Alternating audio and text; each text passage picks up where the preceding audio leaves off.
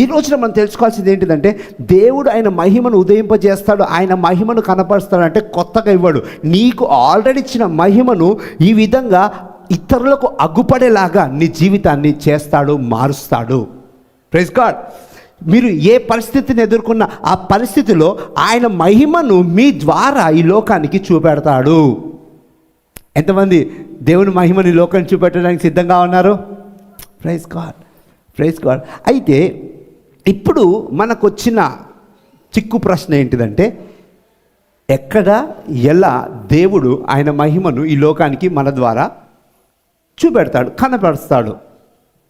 ఇది ఇప్పుడు మనకు కావాల్సింది. అవునండి. How God will show his glory through me to this world. ఇది చూసుకొని మనము ముగించుకుందాం. Praise the lord. హల్లెలూయా. ఒక్కసారి బైబిల్ ఉన్నట్లయితే ఇర్మియా గ్రంథంకి వెళ్దాం. ఇర్మియా. ఇంతవరకు మనం చూసింది నేర్చుకుంటుంది అందరికి అర్థమవుతుందని నేను నమ్ముతున్నాను. Never think that this glory, this anointing is for somebody else. అవన్నీ మన కొరకే. ఆమేన్, ఆమేన్. చాలాసార్లు అభిషేకింపబడ్డారు అంటే అది ఎవరికో కొంతమంది, మనకే అభిషేకము. Praise the lord. దేవుని మహిమ అంటే ఎవరికో కాదు, మనకే. Praise the lord. హల్లెలూయా. గట్టి చెప్పండి. హల్లెలూయా. ఇర్మియా గ్రంథము 9వ అధ్యాయము 23వ వచనము. యెహోవా ఇలాగ సెలవిచ్చుచున్నాడు, జ్ఞాని తన జ్ఞానమును బట్టి, సూర్యుడు తన శౌర్యమును బట్టి అతిశయింపకూడదు, ఐశ్వర్యవంతుడు తన ఐశ్వర్యమును బట్టి అతిశయింపకూడదు. చాలండి. ఇక్కడ తెలుగులో ఈ మాట అతిశయింపకూడదు అని ట్రాన్స్లేట్ చేయబడింది. ఇంగ్లీష్లో ఈ మాట గ్లోరీ అని ట్రాన్స్లేట్ చేయబడింది. అర్థమవుతుందా అండి? అంటే ఇక్కడ దేవుడు ఏం చెప్తున్నాడంటే, జ్ఞానుడు, జ్ఞానం కలిగిన వాడు ఆయన జ్ఞానం బట్టి ఏం చేయదట? మహిమను పొందుకోకూడదు, అతిశయించకూడదు. అదేవిధంగా శూరుడు, బలము కలిగిన వాడు, అవునండి, తన బలమును బట్టి అతిశయింపకూడదు, దాన్ని బట్టి మహిమను పొందుకోకూడదు. అంతేనండి. మూడవది, ఐశ్వర్యవంతుడు తన ఐశ్వర్యమును బట్టి అతిశయించకూడదు, గ్లోరీ తెచ్చుకోకూడదు. ఓకేనండి. సింపుల్ ఇంగ్లీష్ అంటే అందరికి అర్థమవుతుంది. 24వ వచనం చూద్దాం. అతిశయించువాడు దేనిని బట్టి అతిశయింపవలెననగా, భూమి మీద కృప చూపుచు నీతి న్యాయములు జరిగించుచున్న యెహోవాను నేనే అని గ్రహించి నన్ను పరిశీలనగా తెలుసుకొనుటను బట్టియే అతిశయింపవలెను. చాలండి. ఇక్కడ చూడండి. But let him that glorieth glory in this, that he understandeth and knoweth me, that I am the Lord which exercise loving kindness, judgment and righteousness in the earth. For in these things I delight, saith the Lord. అయితే అతిశయించువాడు glory ఎవరైతే కనపరచాలనుకుంటారో వారు ఎవరిలో కనపరచాలంట? దేవునిలో ఆయన మహిమను కనపరచాలట. ఇప్పుడు చాలా జాగ్రత్తగా గమనించండి. ఇక్కడ మనకు ట్రాన్స్లేషన్ ఛాలెంజ్ ఒకటి ఉన్నది. నేను మామూలుగా స్టడీ చేస్తా ఉంటే బైబిల్లో దేవుని మహిమను వ్యక్తపరచడానికి 25 మాటలు వాడబడ్డా. ఎన్ని మాటలండి? 25. అవన్నీ ఈరోజు మనం చూసుకోవడానికి మనము ఇది బైబిల్ కాలేజ్ కాదు ఇది. సో మీకు కావాలంటే నెట్లో సెర్చ్ చేయండి, what are the words used in Bible for glory అని మీకు దొరకవచ్చు. ఓకేనా అండి? సో చాలా దాదాపు 25 మాటలు, 25 రకాల మాటలు దేవుని మహిమ అని వర్ణించడానికి ఉపయోగింపబడ్డాయి. ఎన్ని? సో ఇవన్నీ ఎలా అంటే చూడండి, కొన్ని సింపుల్గా నోట్ చేస్తే అర్థం అవ్వాలని, తిఫారా అన్న ఒక దగ్గర వాడబడింది, అంటే ఆయన సౌందర్యపు మహిమతో కప్పబడ్డాడు అని. ఓకేనండి. ఇంకొక దగ్గర కబ్వాద్ అని, అదేంటంటే ఘనత మహిమ సమృద్ధితో ఆయన ఉన్నాడు అని. ఇంకొకటి అంటే ఏంటిదంటే ఆయన మహిమాన వస్త్రమును ధరించాడు. ఓకేనండి, క్లోక్ ఆఫ్ గ్లోరీ, అర్థం ఉందండి. అలా డిఫరెంట్ వాడబడింది. ఇక్కడ వచ్చేసరికల్లా హలాల్ అని వాడబడింది. ఏమని వాడింది అంటే మా రెస్టారెంట్లో halal chicken, halal meat is served, ఆ హలాల్ కాదు. ఈ హలాల్ ఏంటిదంటే to be clear, to shine, to make a show, to boast. ఏంటిదండి అంటే స్పష్టంగా వెలిగింపబడుతూ కనపరుచుతూ దాని గురించి బోస్ట్ ఏమంటాము, అతిశయించు, గొప్ప చేయొచ్చు, దేవుని మహిమ అని చెప్పబడే మాట ఇది. మీకు ఎంతమంది గుర్తుంది హల్లెలూయా అన్న మాట? హల్లెలూయా ఈజ్ డిరైవ్డ్ ఫ్రమ్ హలాల్. అర్థమవుతుందండి? అంటే హల్లెలూయా అంటే ఏంటి? మనం దేవుని గొప్ప చేస్తున్నాం, దేవుని మహిమపరుస్తున్నాము. హల్లెలూయా, అర్థమవుతుందా అండి? సో ఇక్కడ ఈ కాంటెక్స్లో ఇక్కడ let the wise man glory in his let not the wise man glory in his wisdom. అంటే ఇక్కడ చాలాసార్లు మనుషులు ఎలా అయిపోయారు అని అంటే, ఈ లోకంలో ప్రతి ఒక్కరు, ఆ రోజున ఇశ్రాయేల్ ప్రజలు ఎలా ఉన్నారు, ఇప్పుడు లోకమంతా కూడా అలాగే ఉంది. దేన్ని బట్టి ఎవరన్నా అతిశయిస్తారు, దేన్ని బట్టి ఎవరన్నా గొప్పగా ఏమంటాము డబ్బా కొట్టుకుంటారు. మన లాంగ్వేజ్లో చెప్పాలంటే జ్ఞానం బట్టి డబ్బా కొడతారా అండి? ఎవరైనా ఏదైనా జ్ఞానంగా ఏదైనా సాధించారనుకోండి, ఇంకా వాళ్ళ గొప్పకు అంతులుండవు. ఇంకా ఎవరన్నా వాళ్ళ వాళ్ళ వాళ్ళ పరాక్రమమును ఉందనుకోండి, ఏదైనా సాధించారనుకోండి, ఏం చేస్తారు? ఇంకా వాళ్ళు మామూలు డబ్బా కొట్టరు. అవునండి, they boast about it, they glory in it. అవునండి. తర్వాత ఇంకా చూసినట్లయితే ఇంకేముంది, కొంత డబ్బు ఉన్నదనుకో, ఐశ్వర్యం ఉన్నదనుకోండి, వాళ్ళని మనం పట్టుకోలేము. అర్థం ఉందండి మాట్లాడుతున్నది? అర్థం ఉందండి? అయితే ఇక్కడ అది చెప్పబడుతుంది. అంటే ఇన్ అదర్ వర్డ్స్ మనం చాలా జాగ్రత్తగా గమనిస్తే దేవుని మహిమ ఏ విభాగాల్లో పనిచేస్తుంది, అంటే ఏ విభాగాల్లో దేవుని మహిమను మనం కనపరచగలమో ఈ వచనం మనకు తెలుపుతా ఉన్నది. There are 3 different categories where you can showcase the glory of God. Hallelujah. ఈ లోక విధానంలో కాదు, ఈ లోకము అతిశయించే విధముగా కాదు, దేవుల్లో మనం అతిశయిస్తూ ఈ 3 విభాగాల్లో దేవుని మహిమను మనము కనపరచగలము. ప్రైజ్ గాడ్, ప్రైజ్ గాడ్, హల్లెలూయా. సో ఈ సంవత్సరము దేవుడు మనల్ని సంఘముగా, వ్యక్తిగతంగా, మన వ్యక్తిగత కుటుంబాలుగా ఎక్కడెక్కడ దేవుడు ఆయన మహిమను మన జీవితాల్లో చూపెడతాడు అంటున్నాడంటే ఈ 3 విషయాల్లో. ఏంటిదండి ఈ 3 విషయాలు? మొదటిది ఏంటిది? జ్ఞానం. రెండోది ఏంటిదండి? శౌర్యము, మైట్ ఆర్ పవర్. మూడవది ఐశ్వర్యము, అబండెన్స్, సమృద్ధి. ఈ 3 విభాగాల్లో దేవుడు తన మహిమను కనబరుస్తాడు. మీరు యెషయా గ్రంథం 60వ అధ్యాయము ఈ వారంలో ఇంటికి వెళ్ళాక చదవండి. కిందికి వస్తే షీబా నుండి నీకు సమృద్ధి వస్తుంది, ఇవన్నీ కూడా ఆ అధ్యాయంలో చెప్పబడుతున్నది. ఎందుకు? దేవుని మహిమ నీ మీద ఉదయించినది కాబట్టి అవన్నీ కూడా నీ జీవితంలోనికి వస్తూ ఉన్నాయి. హల్లెలూయా.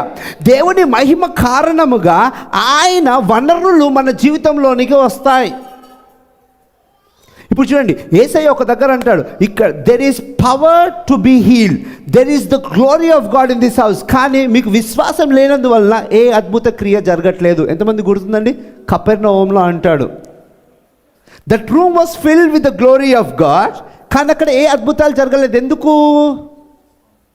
వాళ్ళు విశ్వాసంలో లేరు కాబట్టి. అంటే ఏంటి? దేవుని మహిమ ఎందుకు ఉదయిస్తుంది, దేవుని మహిమ ఎందుకు కనపరచబడుతుంది? ఎందుకంటే ఆయన క్రియను స్థిరపరచడానికి. అర్థమవుతుందండి? అర్థమవుతుందండి? అయితే ఇప్పుడు ఆయన ఏ విభాగాల్లో క్రియలు చేస్తూ ఉంటున్నాడు ఇక్కడ ఈ వచన ప్రకారము, ఇర్మియా ప్రకారము? మొదటిది జ్ఞానంలో. ఇప్పుడు చూడండి, జ్ఞానం అన్నప్పుడు it is not talking about this worldly crooked wisdom. అంటే ఈ లోకపరమైన వంకర తంకర లాంటి జ్ఞానం కాదు. It talks about heaven's wisdom. ఏం జ్ఞానం అండి? పరలోకపు జ్ఞానమును. అంటే దేవుని మహిమ మన జీవితాల్లో ఉదయించినప్పుడు, దేవుని మహిమ మన జీవితంలో కనపరచబడినప్పుడు ఆయన జ్ఞానములో మనం నడుస్తాము. అర్థమైన వాళ్ళు ఆమేనండి. ఎంతమంది గుర్తుంది, యోసేపు ఐగుప్తీయులందరికంటే గొప్ప జ్ఞానమును ప్రదర్శించి ఉన్నాడు. ప్రైజ్ గాడ్, హల్లెలూయా. చూడండి, ఎవరికి అర్థమవని విషయం ఎవరికి అర్థమైంది? అంటే ఇప్పుడు రాబో ఇబ్బందిని జ్ఞానయుక్తంగా ఎవరు దాన్ని హ్యాండిల్ చేశారు? ఇప్పుడు దేవుడు చెప్పాడు, ఈ కళ ఉట్టి కళ అర్థము ఫస్ట్ దేవుని జ్ఞానంలో వచ్చిందే అనుకుందాం. కానీ ఆ కళలను నిర్వర్తించాలి, ఆ కళలను అంటే ఆ ప్లాన్ని ఎగ్జిక్యూట్ చేయాలంటే ఎవరు చేశారు అవన్నీ? యోసేపు. ఎందుకు? ఆయన దేవుని జ్ఞానమును కలిగి ఉన్నాడు కాబట్టి. దేవుని మహిమ ఏం తీసుకొస్తుందంటే ఆయన జ్ఞానమును మన జీవితంలో కనబరుస్తుంది. ఎవరికి అర్థమవ్వని విషయాలు ఈ సంవత్సరము ఆత్మీయంగా, శారీరకంగా, మానసికంగా సంఘానికి ఉపయోగకరమైన విధంగా దేవుడు మనకు బయలుపరుస్తాడు. That is the glory, that is the wisdom in the glory of God. అర్థమవుతుందండి? అంటే ఈ సంవత్సరము మనము ఏదో కన్ఫ్యూజన్లో ఉంటామని కాదు, దేవుని జ్ఞానంలో మనం నడుచుకుంటాము. దేవుని మహిమ నీ మీద ఉదయించినప్పుడు మనం దేనిలో నడుస్తామండి? ఆయన జ్ఞానంలో. ఎంతమంది కావాలండి ఈ సంవత్సరానికి? We need to walk and flow in the wisdom of God. రెండవది ఏంటిది? మైట్, శౌర్యము. మైట్ అంటే సింపుల్గా చెప్పుకోవాలంటే పవర్. ఏంటిదండి? పవర్. అది ఇంటలెక్చువల్ పవర్ కావచ్చు, అది పొలిటికల్ పవర్ కావచ్చు, అది ఆంటర్ప్రీనర్ పవర్ కావచ్చు, ఓకేనండి. లేకపోతే అది ఒక కార్యాన్ని నిర్వర్తించే శక్తి కావచ్చు. ఇది ఎక్కడి నుండి వస్తుందంట? దేవుని మహిమ అది కనపరచబడినప్పుడు ఆ మహిమలో నుండి మనకు ఈ శౌర్యము, ఈ పవర్, ఈ మైట్ అనేది మనం పొందుకుంటాము. అర్థమైన వాళ్ళందరూ ఆమేన్ అంటారండి? హల్లెలూయా. చూడండి, ఈ మనం పవర్, మైట్ అన్నప్పుడు చూడండి, మన శారీరక విషయాల్లో అంటే మన ఆరోగ్య విషయాల్లో దేవుని మహిమ ఉదయించినప్పుడు మనము we will be with that power to be healed. We will be with that power to live a healthy life. ఆరోగ్యకరమైన జీవితమును జీవించడానికి మనకు శక్తి ఉంటుంది దేవుని మహిమలో. అర్థమవుతుందండి? సో మనం చేసే పనిలో మనము సఫలులం అవ్వడానికి దేవుని మహిమలో మనకు శక్తి ఉన్నది. అర్థమైన వాళ్ళందరూ ఆమేనండి. అందుకే ఏంటి, మనం ఏదైనా కార్యమును నిర్వర్తించే శక్తి, చేయు శక్తి, ఇంటలెక్చువల్ మైట్, ఓకేనండి. అదేవిధంగా పొలిటికల్ మైండ్, రైట్ రిసోర్సెస్ని, రైట్ పీపుల్ని దేవుడు మనతో అసోసియేట్ చేస్తాడు. అర్థమైన వాళ్ళందరూ గట్టిగా ఆమేనండి. మూడవది చూస్తే రిచెస్, అంటే వెల్త్, రిచెస్, అబండెన్స్. దేవుని జ్ఞానం ఎక్కడైతే కనపరచబడుతుందో, దేవుని మహిమ ఎక్కడైతే కనపరచబడుతుందో అక్కడ దేవుని సమృద్ధి కనపరచబడుతుంది. Praise God. ఎంతమంది సమృద్ధి కావాలి ఇక్కడ? It is linked with the glory of God. మీరు గమనించండి, యేసయ్య జీవితం అంతా మీరు చాలా జాగ్రత్తగా స్టడీ చేయండి. యేసయ్య 33.5 సంవత్సరాలు బ్రతికాడు. ఎంతమంది గుర్తుందండి? తర్వాత తన్ను తాను శిలువ మరణానికి అప్పగించుకున్నాడు. శిలువలో తన ప్రాణాన్ని పెట్టాడు. వారు ఎవరు చంపాలా? యేసయ్యను. యేసయ్య ప్రాణం పెట్టాడు. నమ్మిన వాళ్ళు ఆమేనండి. ఎందుకంటే వాళ్ళు చంపున్నట్లయితే యేసయ్య ఈ డైలాగ్ వేసేవారు కాదు. తండ్రి నీ చేతికి, అంటే ఏంటి? He laid down his life. That Roman crucifixion did not kill Jesus. అర్థమవుతుందా అండి? ఆయన తన ప్రాణాలు పెట్టాడు. ప్రైజ్ ది లార్డ్, హల్లెలూయా. చూడండి, యేసయ్య ఆయన ఇన్ని సంవత్సరాలు బ్రతికినప్పుడు ఏ రోజు కూడా ఆయన జీవితంలో లేమి అనేది లేదు. ఇబ్బంది అనేది వచ్చింది కానీ లేమి అనేది ఉన్నదా అండి యేసయ్య జీవితంలో?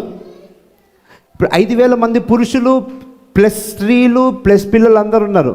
తినడానికి ఆహారం లేదు. సమస్య వచ్చినది. అయితే ఏం జరిగింది? దేవుని మహిమ ఎప్పుడైతే అక్కడ అద్భుతం జరిగించినదో ఏం జరిగింది? 12 గంపల సమృద్ధి మిగిలినది. అందరు తిన్న తర్వాత, సమస్య పోయిన తర్వాత ఏం మిగిలినదండి? సమృద్ధి మిగిలింది. సమృద్ధి 12 గంపలు. అర్థమవుతుందా అండి? అంటే ఏంటి? యేసయ్య చేసిన ప్రతి దాని వెనుక మనము ఆయన సమృద్ధిని చూస్తాము. Praise God. ఎందుకు? ఆయన మహిమలో నడిపించబడ్డాడు కాబట్టి. Praise God. సో ఈ రోజున ఇక్కడ మనం ముగించుకుందాం. దేవుని మహిమ నా మీద ఉదయించెను. చెప్పండి అందరు. దేవుని మహిమ నా మీద కనబడుచున్నది. దేవుని మహిమ కొరకు ఆయన నన్ను సృజించుకున్నాడు. Praise the lord. హల్లెలూయా. దేవుని మహిమ నా జీవితంలో జ్ఞానమును, శౌర్యమును, ఐశ్వర్యమును కలిగించుచున్నది. ఆమేన్. ఈ సంవత్సరము దీంట్లో మనం నడుస్తున్నాము. నాతో పాటు ఉన్న వాళ్ళందరూ గట్టిగా హల్లెలూయా అని చెప్తారా అండి? వా ఇది దేవుడు మనకిచ్చిన వాగ్దానం ఈ సంవత్సరానికి. అందరికి అర్థమైంది అనుకుంటున్నాను.